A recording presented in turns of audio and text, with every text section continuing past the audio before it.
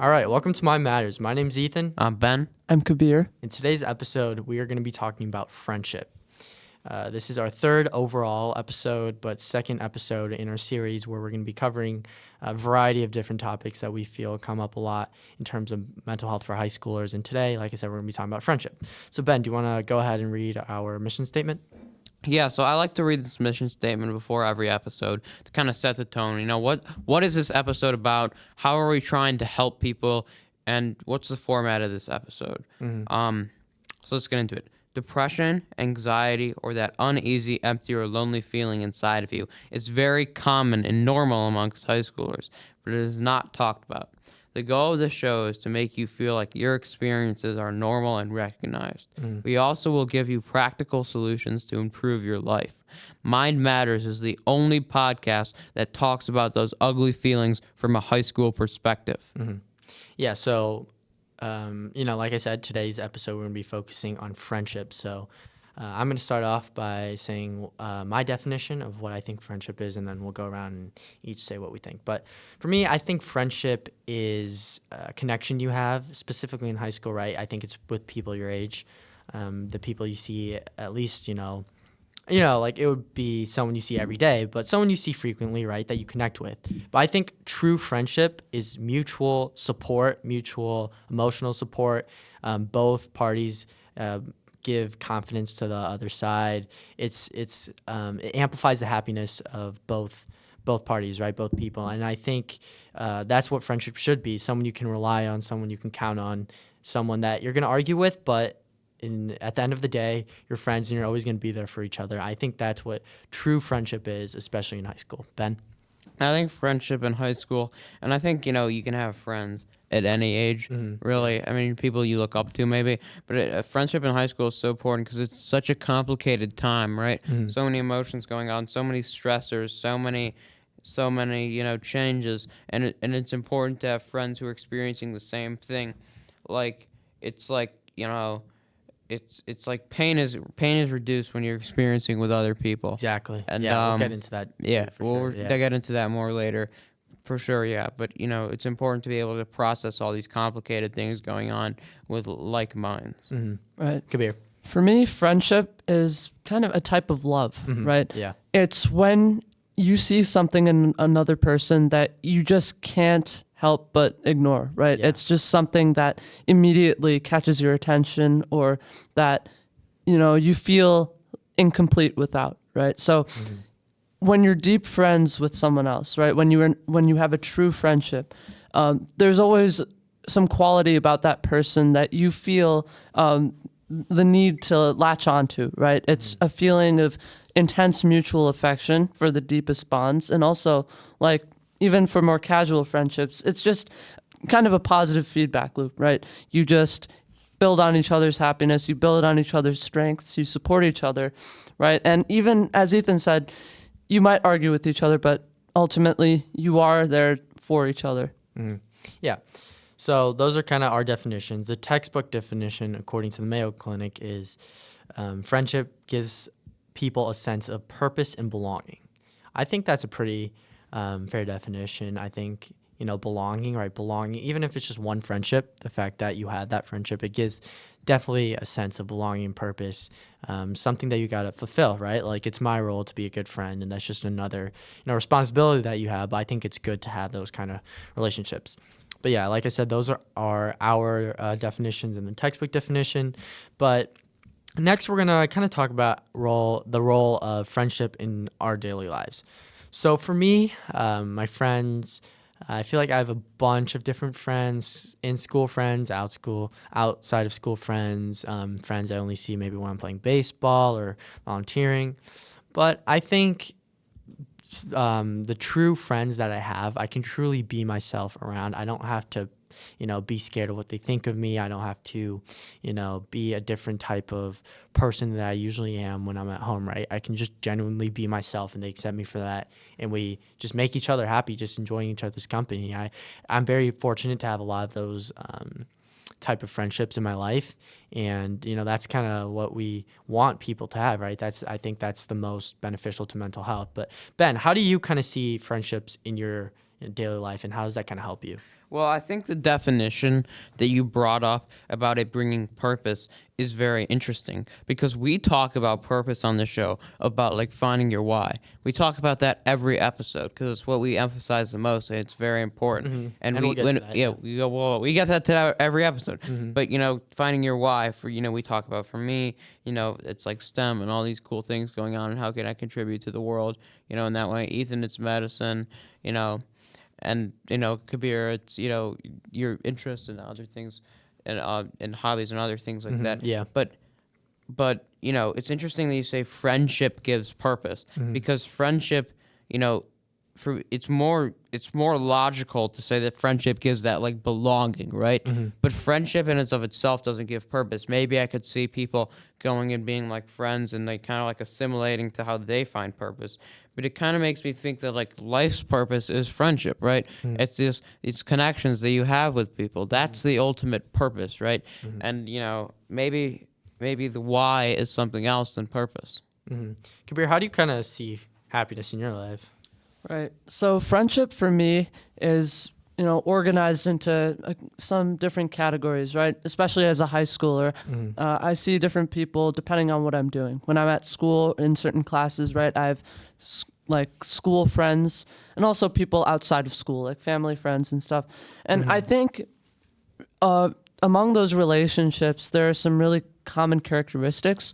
One of those things is that each friend I have is someone I genuinely feel a connection to, right? As Ethan was saying, there's something really special about being able to share some of your qualities with another person and also receiving the benefit of their qualities and, just building each other up, right? And, even though I might not be as strong a friend with some people as others, I still feel a certain connection with them that, I just wouldn't have with a regular acquaintance, right? And I think as high schoolers, we are in kind of a unique situation because we are just beginning our lives, right? We are in the middle of our youth and we're almost about to become adults, right? And we're building kind of our social skills, our ability to interact with other people. And, that's just the environment we're in right now. For sure. So we kind of just kind of talked about like what friendship is to us in our daily lives. But something that I find that kind of can be an obstacle to true friendship that we kind of talked about is, have you guys ever heard of you become the average of the people you hang out with? Yes, I've heard that. Yeah, so that can be something pretty good, right? Or pretty bad. And I think if you don't have the right friends, right? I mean, it literally says you become the average of the people you hang out with. So if they're bad people, they don't have the same priorities as you, you're inevitably going to turn into someone similar to those type of people. That's just how it is because that's your environment, right? And I think that's very important. That can be an obstacle in terms of finding true and good friendship. Do you guys feel like there's any? I feel like there's a ton, right? Different obstacles to true friendship. Yeah, I mean, in high school, there are a ton of obstacles to friendship, naturally, right? Because there's I know for a lot of people, there's a lot of drama that goes on. There's a lot of like backstabbing, things like that. And so it's hard to find people who you're truly in tune with and on the same wavelength as. Yeah, wavelength for sure. Right. Yeah. Because, that's what we talked about, like that sense of belonging. And it's not like you have infinite choices because as an adult, you can go. You're not 21 years old. People like go out to places, like, and where you like a bar or club and like find people. So it's like you have much more options when you're older to like find people. But in high school, you're kind of like there with the people. Like I feel like and especially for us, like. Not to say that other people don't experience this because they definitely do. But we're in like some of these classes where there are only so many people and they have very similar schedules, like these AP classes, right? You see the same people. You see the same people. So it's not like you have a huge choice. And not to say like the people there aren't like good people, right? But like sometimes you doubt like if you were, had like we're at a college with like 40,000 people. If those were the people you choose, you're just kind of friends with them because they're there. Yeah. So it's an interesting time. So it's hard to find people who are like exactly on the same wavelengths or push you, or maybe they're different, but they don't push you in the way that you want to be pushed. Yeah. What I like about what you just said, I feel like high school, you're surrounded with so many different people. You move from class to class, just not the same type of people, but for me, like Ben and Kabir, AP classes, right? Some pretty smart kids in Northbrook, and I feel like it's very easy to find friends, right? Because you're just interacting with so many different people. But I think finding true friends that are going to make time for you and that you can rely on and hang out with, right? And not just like, oh, I'm going to talk to you after I take my test because I'm bored, right? I think in high school, right, you're exposed to so many different people, and it's hard because you don't know people's true intentions. They can be fake just because they want something from you because, they're in a good mood one day and then they're not. It's just very hard. And I think in high school, especially because of the fact that it's very hard to see into people's true intentions. You have to be very deliberate about how you put in effort into finding good and reliable friends. Yeah. And I think one of the inherent obstacles that comes with being in high school is the nature of your schedule, right? Yeah. And, I can illustrate this with a personal experience. Ben and I were in only one class together freshman year. It was physical education. But throughout the next couple of years, we were kind of separated. Even though we were taking the same classes, we had different teachers, different times, right? And so although we were able to make that work because we had kind of a deep bond and we were, talking to each other, we had each other's number, we were texting, right? But for a lot of kids, I feel like some of the problems with the school system arise when you're kind of divided, right? So either from the transition from middle school to high school, or even like between years of high school, sometimes it's hard to maintain or to keep lasting relationships, right? Lasting relationships, even with friends that on a daily basis, right? Because as you progress through the school system, you are getting placed into different classes, right? And sometimes it's hard to keep up with people you knew from before. Yeah, and I agree with what Kabir said. Me and Kabir became friends like freshman year, and really, I never knew Kabir through like any friend group of mine. Really, I just happened to be sitting like at the same lunch table one day, and I think that's the importance of like talking to new people. And I'm very thankful that I met Kabir because he's a great friend, right? And and I agree with what he said, and I appreciate that. And in terms of, we're talking about daily high school interactions. I feel like while we're talking about friendship, bullying is kind of on the other side of the spectrum, and I see this so much in high school, and it's just in my daily life at school, sports, and it's very hard because I think bullying nowadays is just taking a turn.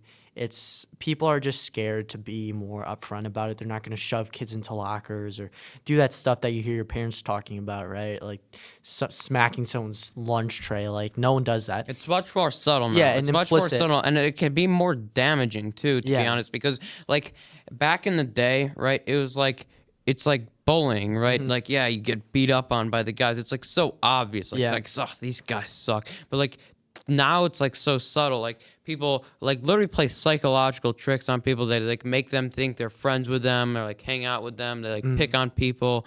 They go behind their back, do all these things because they know it messes with people more, and it's even more damaging now because it's like. I said this, but I want to repeat it because I think it's pretty important now because people are like, oh, now kids are so soft nowadays, whatever. It's not true. Kids are getting hurt much worse. If you're a parent out there, kids are getting hurt much, much worse. Like, when like in the 80s or whatever, I didn't live in the 80s. I don't know. I seen it on movies, but maybe it happened. Like you go and like kids like steal your lunch money, whatever, beat up and all that. Yeah. It's like very clear. Like I don't like these guys. Yeah, it's like they're you not can my tell. friends. But now it's like much more emotional and subtle and manipulative. Some It's examples much of that more damaging. I feel like I see this all the time. There are groups of, boys and girls, these friend groups that are very cliquey, right? And you can start to tell if they don't like someone, and it's just very unfortunate because I see this all the time. It's like, no one's gonna outright just do something very mean, but they're gonna kind of like smirk at someone, laugh at someone, and then the person thinks like, what did I do wrong? Am I like wearing something funny today, right?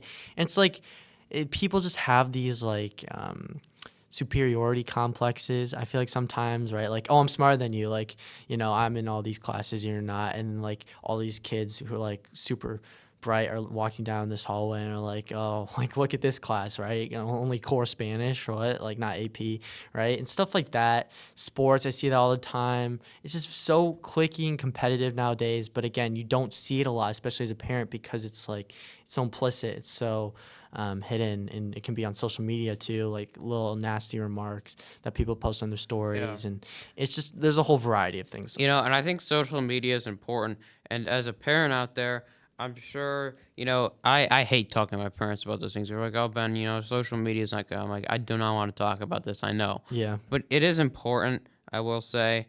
And, on social media, we don't know. I've never posted on social media once in my life, Well, yeah. I don't know. You're a odd case. Yeah, of that. yeah, Kabir makes fun of me a lot. I say I'm worried that the government's tracking me. I get made fun of a lot for that. It's okay, but not to go too far off, the point, but we don't know a lot about social media. We talk about it negatively, and there are a lot of negative things that go on social media, and I do think it plays a very negative role in people's mental health because it's even taking it farther away from that, like, classic movie scene of the people beating each other up, because on social media you can even be more manipulative, more detached. You're not talking to people face to face. You can't realize you can if say they're nasty manipulating. things in a group chat because the only thing you're seeing is their it's little like bit so much emoji. easier to backstab people. It's so much easier to harm people like that, and it's really, really damaging. Yeah, and I think with social media too, I see a lot of people being nice and say like, "Oh, happy birthday, I love you," like, and it's just like you hear some really nasty things that people say behind others' backs, and I feel like again, like it's very hard to pick up on bullying, but I feel like it's pretty bad, right? It's pretty bad, but we're not going to dwell on all these bad things. I guess Kabir, do you have something? Well, yeah, I just had one more thing to add. A lot of times, one of the most common things I see is people mistaking bullying for like a simple joke, right? Like when someone feels offended, that's good. they're just like, "Oh, I was just joking," right? Although that person may have like originally like bullied the person with the intention of just being funny, right? I don't think they really consider how it affects the victim of their bullying, right? Or they don't even consider it bullying, right? To them, they are the kind of the hero of their own story, right? They don't consider themselves a villain, I guess, in that person's in their victim's story, right? And so that kind of encourages them to, act in kind of more, ways that might not be as kind to other people, right? Mm-hmm. So like people will just say, "Oh, I wasn't being serious. I was just joking." I see with that you." a ton, and Right. and I feel like with different boys and girls, right, students that I feel like I interact with at GBN, they assume that people have thick skin and can make jokes, whether it's racial or kind of making fun of the way they look or how they think, right? Just these little things I feel like are normalized today, and I don't even want to make it seem like I'm soft. I feel like I can put up with a good amount, but I just feel like eventually if people are making jokes, right, they kind of wear and tear on your well-being, right? And it eventually, like, I think again with bullying, it's like if you make these jokes over and over again, yeah, it can just be a joke, but eventually like it probably will affect that person, right? And I think that's another aspect of bullying. But like I said, we're not going to dwell on this negative aspect, right? Because the point of these episodes are not only to identify the misconceptions and bad obstacles, but kind of to give some coping strategies. So that's what we're going to move into. My first one is being confrontational in a good way. So I think if you let things fester, especially in high school, like you're always doing something, you're taking a test, you're playing a game, you're studying, you're volunteering, you just don't really have the time or the energy to afford to kind of just like worry about friendships. You need a strong support system. So I think instead of letting things fester, if you're annoyed with something or you want to fix something, right, be confrontational in a good way, be open with people and ask for their true opinions because like I said, we have 4 years left. There's no point in holding these grudges, right? People who hold grudges, it's like you want to... We have less than 4 years left. We have like a year Exactly. left. Yeah. You want to be confrontational to the point where it's like you understand the other person. You guys can hopefully, if you don't make up and become friends again, at least you just understand the other perspective. It's much more awkward to talk about things like 5 months later. You're like, hey man, 5 months ago you Exactly. did that one thing. That really That's just bothered me. odd, yeah. Like in the moment, you're like that really pissed me off. Like that's good. I think that's good. And also there's a little bit of a disclaimer. Out of all the things we talk about on the show, I probably need the most improvement, honestly, to be honest, on this. Not in like the drama kind of way. I don't really do that, but just trying to push myself out of my comfort zone, making plans with friends, all of that. I'm not good at that. I'm a very introvert and it's hard for me. And I'm terrible at it, to be honest. Yeah. We all need work. I'm terrible at it. But, so I just wanted to say that as a bit of a disclaimer before I give any, friendship advice, so people know that, they're not exactly taking it from the Yeah. master of this. But I mean, we all have our flaws. yeah, we all have our flaws. But yeah, I just wanted to say that, and also kind of release some of the stigma around if maybe you're struggling with that too. Same here. Yeah, it's, the point of the show or these episodes, right, is to make you feel like you're not alone. And Yeah, I go through yeah. stuff, Ben goes through stuff, I know Kabir Yeah, go through we- stuff. Right. We talk about this all the And- time. Like one of the main purposes of the show is to provide feedback and definitions, but the one of the most important things we do is releasing the stigma, Yeah, and- destigmatizing And these things. no matter who you are, high school or adult, you're not alone. If you're going through stuff, right, and if there are friendships that you kind of are struggling with, things are awkward, you don't know how to approach the other person. Maybe they make jokes that you don't know how to tell them that to stop. There are things that are just so awkward in order to achieve true friendship, right? We go through that too. That's normal. Yeah. Especially in high school. So Yeah, and about that. So I often see people, there's this expectation that you'll just, sit and take a joke, even if it's really offensive to you, right? Like, oh, you're too soft if you don't take this joke, right? Or this, but it is really at the most fundamental level, it is bullying. And something that I've kind of learned to do in those situations is I've realized that, when people bully you or make a remark like that, they're waiting to see your reaction, right? Because they are waiting for you to react in a way that they find how you funny. carry yourself. Right, Yeah. exactly.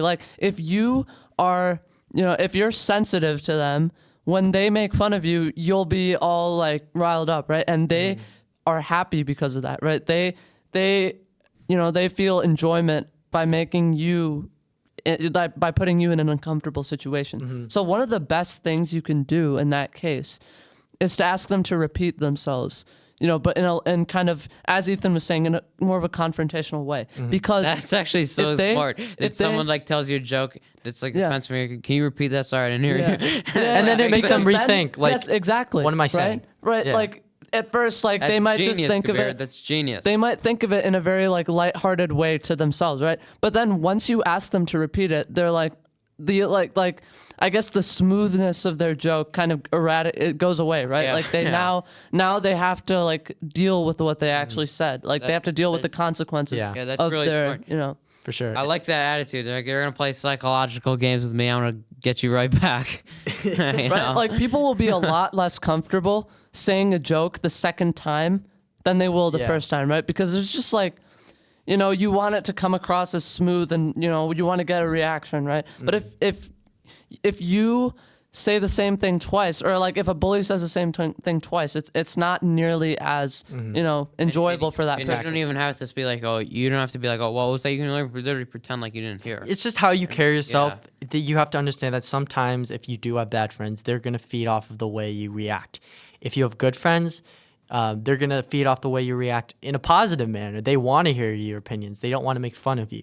And I think this kind of relates to my second coping strategy, right? You need to sit down and really think about all your friends. You got to think about the pros and cons, because every human being is going to have pros and cons. We're not all perfect, and we always have flaws. But what do they contribute to your life? Do they give you a lot of happiness? Are they someone you can hang out with and just unwind after a long week? Are they someone that you can just talk to at lunch and before a big test, and they can just kind of soothe your stress, right? You need to find the pros and cons, and you need to weigh them out and see which one wins. And again, if I think the cons are greater than the pros, I think you don't necessarily have to cut them off, but just not placing a priority on them as much. I think that's definitely helpful. Ben, Kabir, any more coping mechanisms? Yeah, I think honesty is the best policy. We talk Yeah. about that, and you know, we talk about this like diplomacy a lot, like trying to stay consistent, right? Like establish like rules for yourself. You don't have to write them down. Some people like are always like write down your rules. I always thought that was kind of, to be honest, kind of stupid. Like no one who's writing down like rules. I don't talk to my friends about this. Like okay, you can think about it in your head. We're not gonna sit here and tell you have to do that. But you want to stay consistent with your friends. Like you don't talk about these kind of things that like are just not good or not productive, and whatever they may be.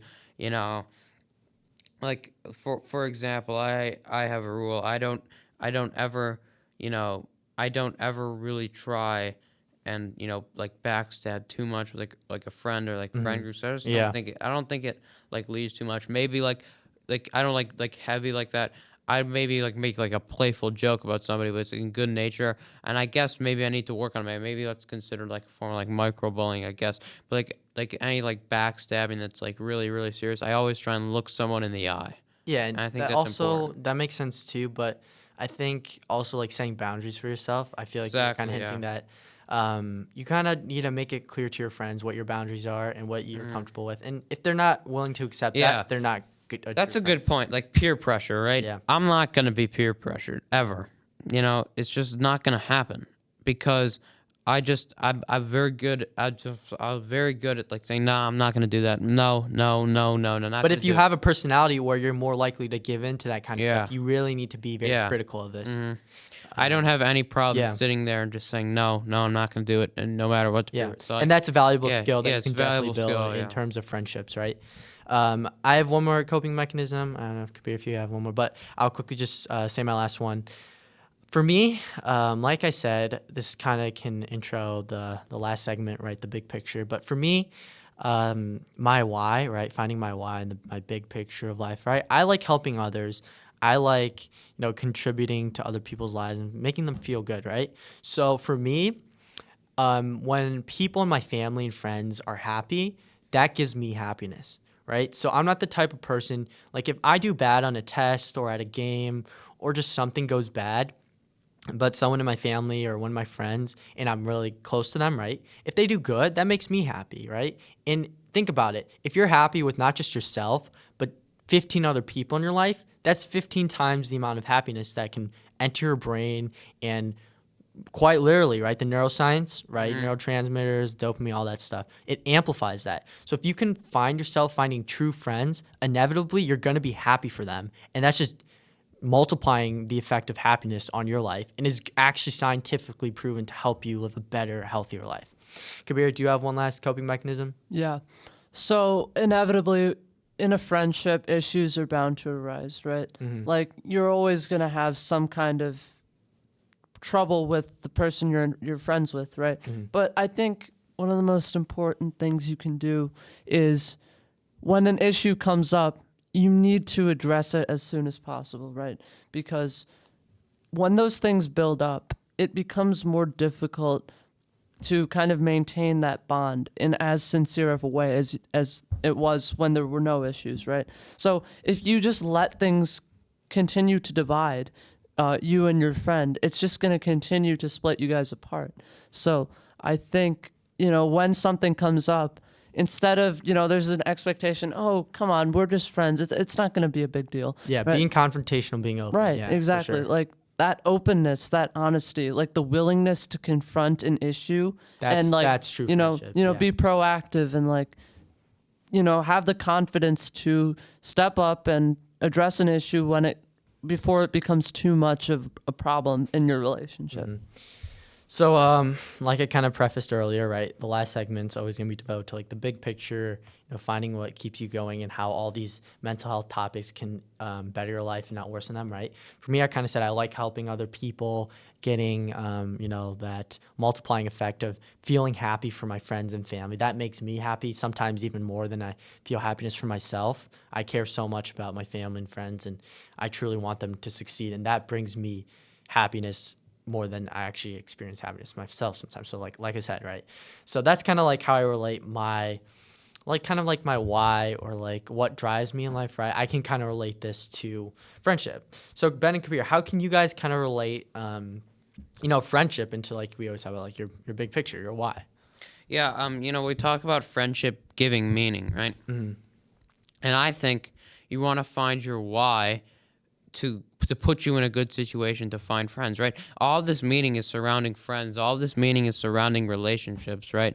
So I think a good strategy, this isn't the end all be all, right? If you're interested in engineering, but you like friends who are like in English, maybe that's something different for you. But you want to be around, it's a good strategy to figure out where you want to be, is figure out the type of people you want to be around, right? Yeah. So I think that's a good application to finding your why of friends. Yeah, for me, I feel like, friendship is fundamentally a support system, right? yeah. It's a way of, building yourself up while also helping someone else enhance their life, right? And, for me, friendship can also be kind of like a gateway to new experiences. Like, when you meet new people, when you become friends with someone maybe you didn't expect to be friends with. Like, for example, Ben and I, when I first saw Ben in my PE class, like, I had no idea that I would go on to become friends with him. Yeah. And I was exposed. Same here. You're right. Same here. When we Honestly, I can became say the friends, same for you too, as right? well. Yeah. Right? I was exposed to this entirely new world, right? I gained new experiences with Ben.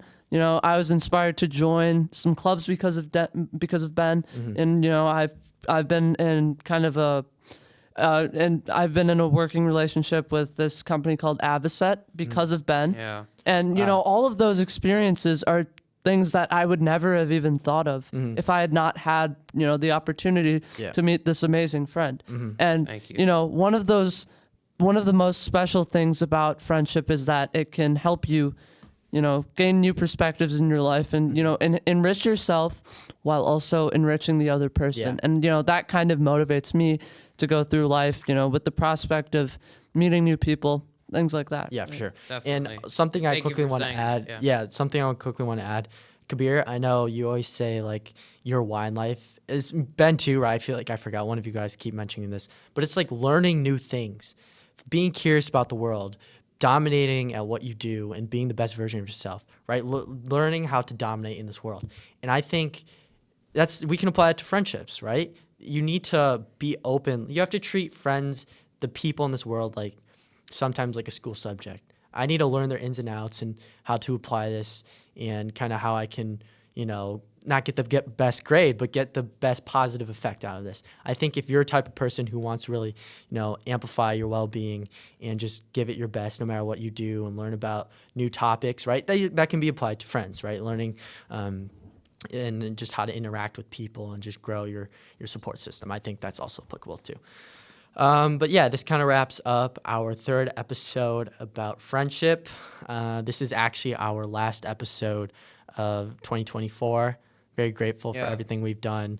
This is actually the year Definitely. Ben and I started the radio show, which then led into this podcast, and then we recruited Kabir. yeah. Kabir's been amazing. It's been a great growth story, and it's turned into something that all three of us are proud of, and we really, really, really hope that it's going to help a lot of people out there. And, it started, Ethan said to me one Friday in Spanish class, he's like, Ben, I have this radio show. I need guests. You want to come on Friday for like an hour? Yeah, I told And that to Kabir too. Yeah. And I said, sure. And now here we are, making this up. So, it's been great. I can't wait to see what this new year will hold. Hopefully it holds a lot of growth for this podcast, and we want to help as many people as possible. And thank you, so much for watching. We really appreciate it. We hope it helped. And, if we can help better, comment, tell us. We appreciate it. Yeah, and we seeing love us. for you to We love it. Yeah. follow, share the episode, right? Exactly. And truly just kind of spread our message, because we think this stigma it needs to be Yeah, broken. and even if maybe you didn't like certain things we do, it's important because at least we're talking about it. We want Yeah. we want it to be normal to uncomfortable, talk but about it. we- I said this exactly. last episode. I don't want to. It's not good that we can only talk about this like so openly and with such a positive discourse in like a dark room in the middle of the school, like the radio section. Exactly. It should be something that's talked about all the time. Exactly, and that's what we're Yes, trying to absolutely. bring. So when you forefront. share the podcast, you're helping with the problem, Exactly. and that's something you should be proud of. If we need to do something better, comment, tell us. We appreciate it. We love it, and so thank you for watching. Yeah. Yes, thank you. Yeah, very much. and if you're interested in following one of our social media accounts, you can go ahead and go to X and follow mind_matters3. And we're also looking to expand into other platforms and new ideas. There's a lot to come, right? Lot of We're new cooking up exciting things to come. We're cooking And, up a we lot have, of things. We have further episodes. To be honest, we haven't ironed out exactly what's going to go on. And if you want to see something, tell us. Yeah, exactly. Tell us. And we Comment. love to do this. Yes. And like I said, there's a lot more stuff to come. 2025, it's gonna be even better than 2024. Much better. Much And better, yeah. just very grateful for this year. And we hope that you have a great 2025 and relax over this holiday season and have a restful break and just are ready to go for 2025. So yeah, that kind of wraps up today's episode. My name's Ethan, I'm Ben. I'm Kabir. and just remember, your mind matters.